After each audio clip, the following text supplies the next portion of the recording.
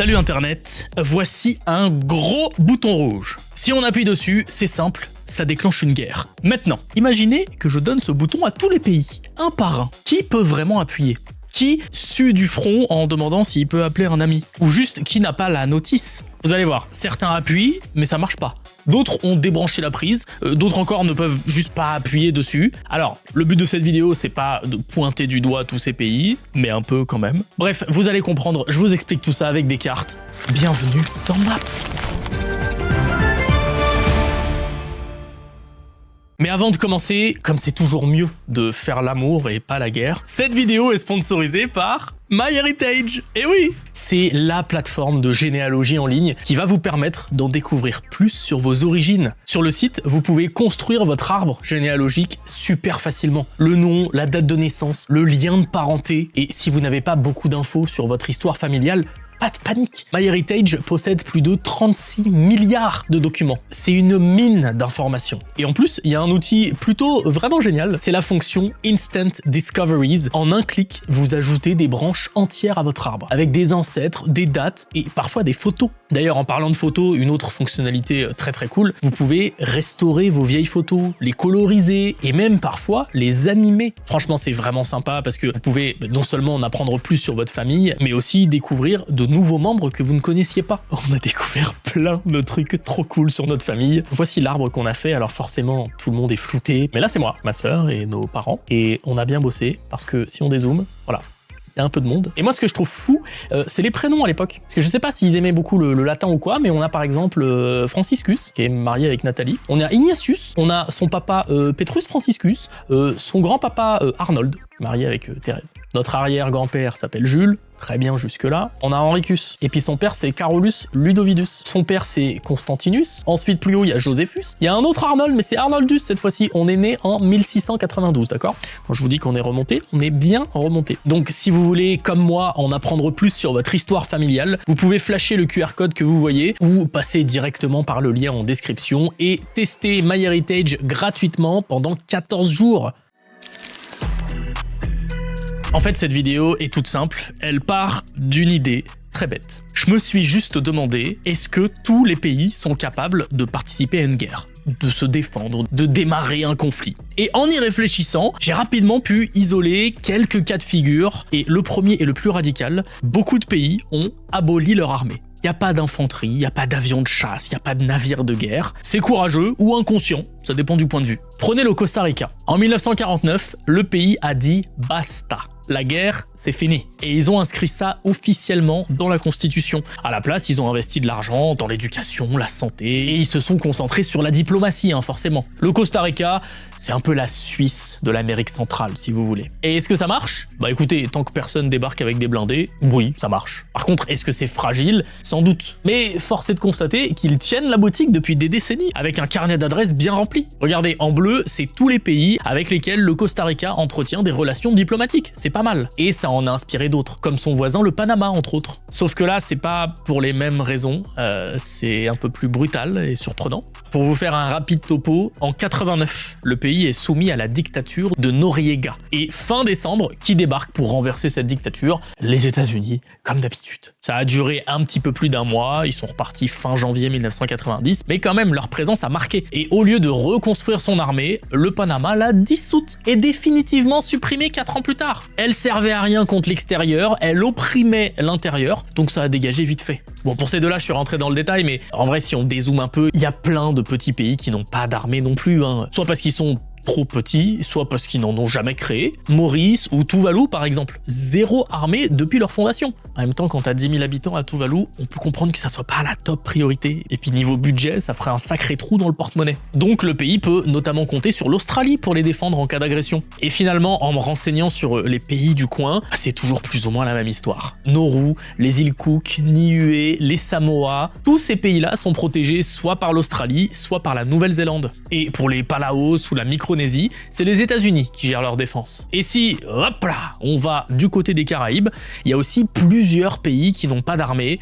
Saint-Vincent et les Grenadines, Sainte-Lucie, Grenade, la Dominique. Eux, ils peuvent compter sur le système de sécurité régionale. En gros, c'est une force de défense commune des Caraïbes de l'Est, avec un coup de pouce de l'Amérique du Nord. Donc certes, je charrie en disant que techniquement, ces pays sont envahissables très facilement. Dans la réalité, s'attaquer à eux, c'est soulever des machines de guerre que t'as pas envie de soulever. Et justement, attention, qui dit pas d'armée ne veut pas dire pas de défense. Prenez l'Islande par exemple. L'Islande, elle n'a pas d'armée régulière, mais une garde côtière bien équipée, avec patrouilleurs, avions de surveillance. Évidemment, il n'y a pas de quoi partir en croisade. Quand ça chauffe, elle peut compter sur l'OTAN, mais pas tout le temps. Les pays envoient des avions par période et par rotation. Donc entre deux missions, l'espace aérien islandais est surveillé, mais militairement parlant, il n'y a personne.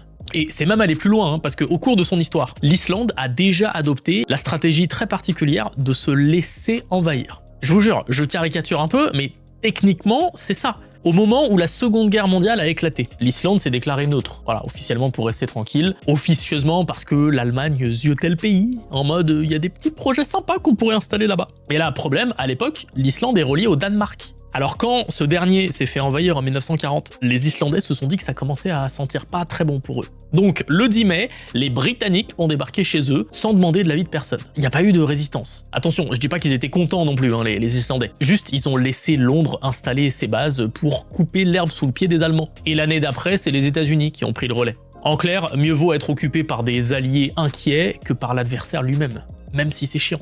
Et puis, il existe aussi la catégorie « Ok, on n'a pas d'armée, mais en même temps, on n'en a pas besoin ». En 1868, le Liechtenstein supprime son armée car trop chère, trop petite, trop impopulaire. Résultat, depuis plus de 150 ans, sa défense, c'est la gentillesse des voisins. Mais ça, j'y reviendrai un peu plus tard. Et parfois, ça donne des scènes un peu absurdes, comme en 2007 par exemple, quand 170 soldats suisses ont franchi la frontière par erreur en pleine nuit pendant un exercice. Il y a bien sûr pas eu de combat, pas eu d'incident, juste un petit c'est pas grave, ça peut arriver, vous inquiétez pas. Voilà, et puis retour à la maison. Ok, je pense qu'on a fait le tour, on peut parler maintenant du deuxième cas de figure. Ici, pas besoin de réduire les budgets ou de démolir des casernes. Certains pays gardent une armée, mais s'interdisent de l'utiliser ailleurs que chez eux. Eux, le bouton rouge, ils l'ont, mais il est débranché. Ils peuvent pas déclarer la guerre. Bien sûr, dans notre imaginaire, le chef de file des pays neutres, c'est la Suisse. Des vaches, du chocolat, des montres, du rire pour la santé. Rire, c'est bon pour la santé.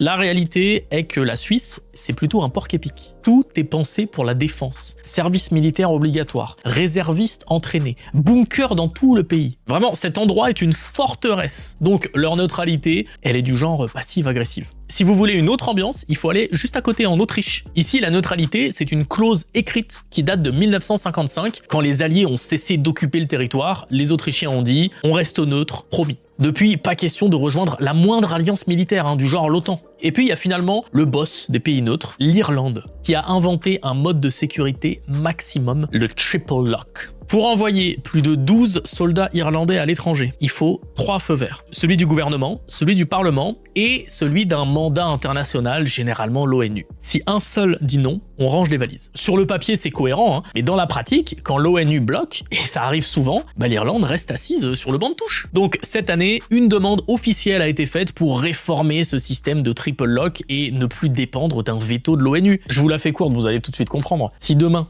l'Irlande veut envoyer des troupes en Ukraine, il faut pas oublier que la Russie, elle a un droit de veto à l'ONU. Elle a juste à dire non pour que le pays ne puisse pas agir. Et c'est notamment ça qui gave les Irlandais aujourd'hui. Après, techniquement, ils peuvent envoyer 11 soldats, parce que c'est à partir de 12.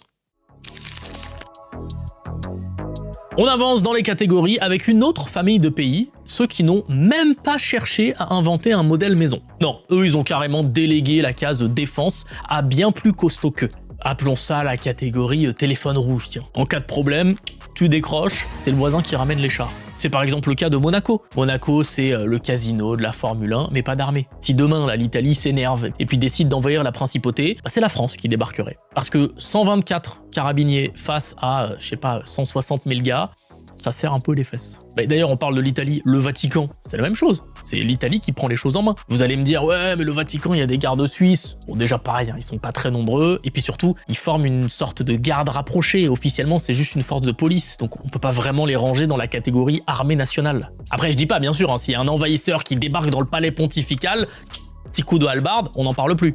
Et je reviens un instant sur le Liechtenstein, parce que j'ai pas vraiment insisté dessus. Dans les faits, si demain, le pays subit une invasion massive, lui, il n'a pas d'amis prêts à intervenir, il est solo, le Liechtenstein. Par contre, la chose à noter, c'est que le Liechtenstein est entouré de l'Autriche et de la Suisse. Et on a vu que l'Autriche et la Suisse, c'est deux pays neutres. Donc finalement, le Liechtenstein est dépendant de la stabilité de ses voisins. Aujourd'hui, c'est hyper smart. Demain, si un fou furieux se retrouve à la tête d'un des deux pays et décide de conquérir le monde, ça va être compliqué pour le Liechtenstein. D'ailleurs, c'est pareil pour Saint-Marin. Faut d'abord passer par une petite guerre avec l'Italie avant de pouvoir tenter quoi que ce soit là-bas.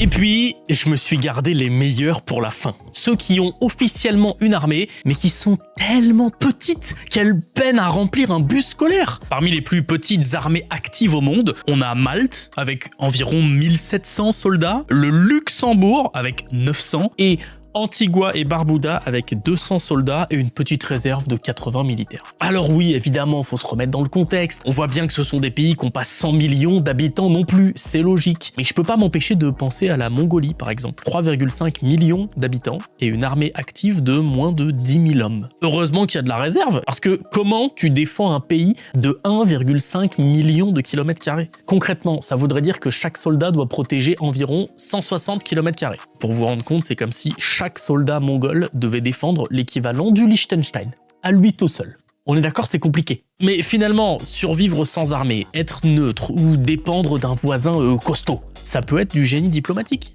ou juste de la chance géographique. Mais dites-vous bien une chose, si les 197 pays du monde avaient un bouton rouge branché et prêt à l'emploi, ça serait le chaos. Alliance, réaction en chaîne, escalade, finito. Alors heureusement que dans le lot, il y en a qui assument un petit peu de pas vouloir faire la guerre à tout prix. Je remercie encore une fois MyHeritage d'avoir sponsorisé la vidéo. N'oubliez pas, si vous voulez profiter de l'offre, passez directement par le lien en description, c'est gratuit pendant 14 jours. Et nous, on se retrouve très vite. Salut Internet!